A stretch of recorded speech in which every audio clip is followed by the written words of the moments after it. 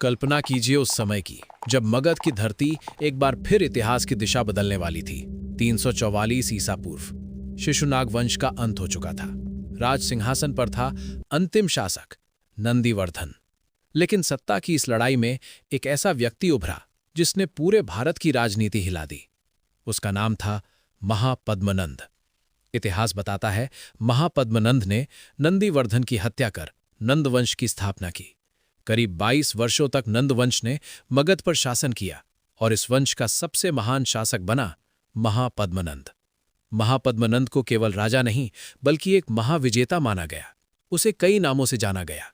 उग्रसेन, परशुराम का दूसरा अवतार, सर्वशक्तरातक और एकराट कहा जाता है।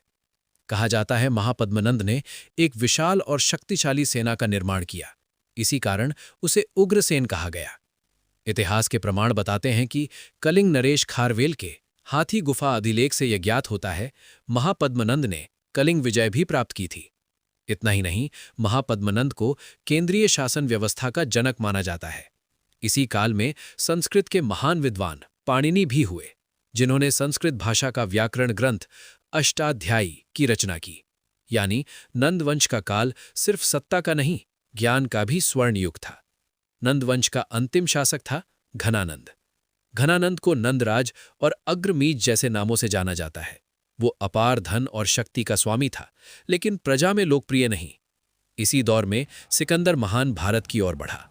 इतिहासकार बताते हैं कि सिकंदर का भारत पर आक्रमण नंदीवर्धन के समय हो चुका था। धार्मिक दृष्टि से भी नंदवंश महत्वपूर्ण था। ये वंश जैन धर्म का पोषक माना जाता है, जिससे उस समय घनानंद का अत्याचार और जनता का असंतोष एक नए युग का द्वार खोल रहा था। और उसी अंधकार से उदय होने वाला था चंद्रगुप्त मौर्य। अगले भाग में हम बात करेंगे सिकंदर के आगमन की। तब तक वीडियो को लाइक, शेयर करें और चैनल को सब्सक्राइब करें।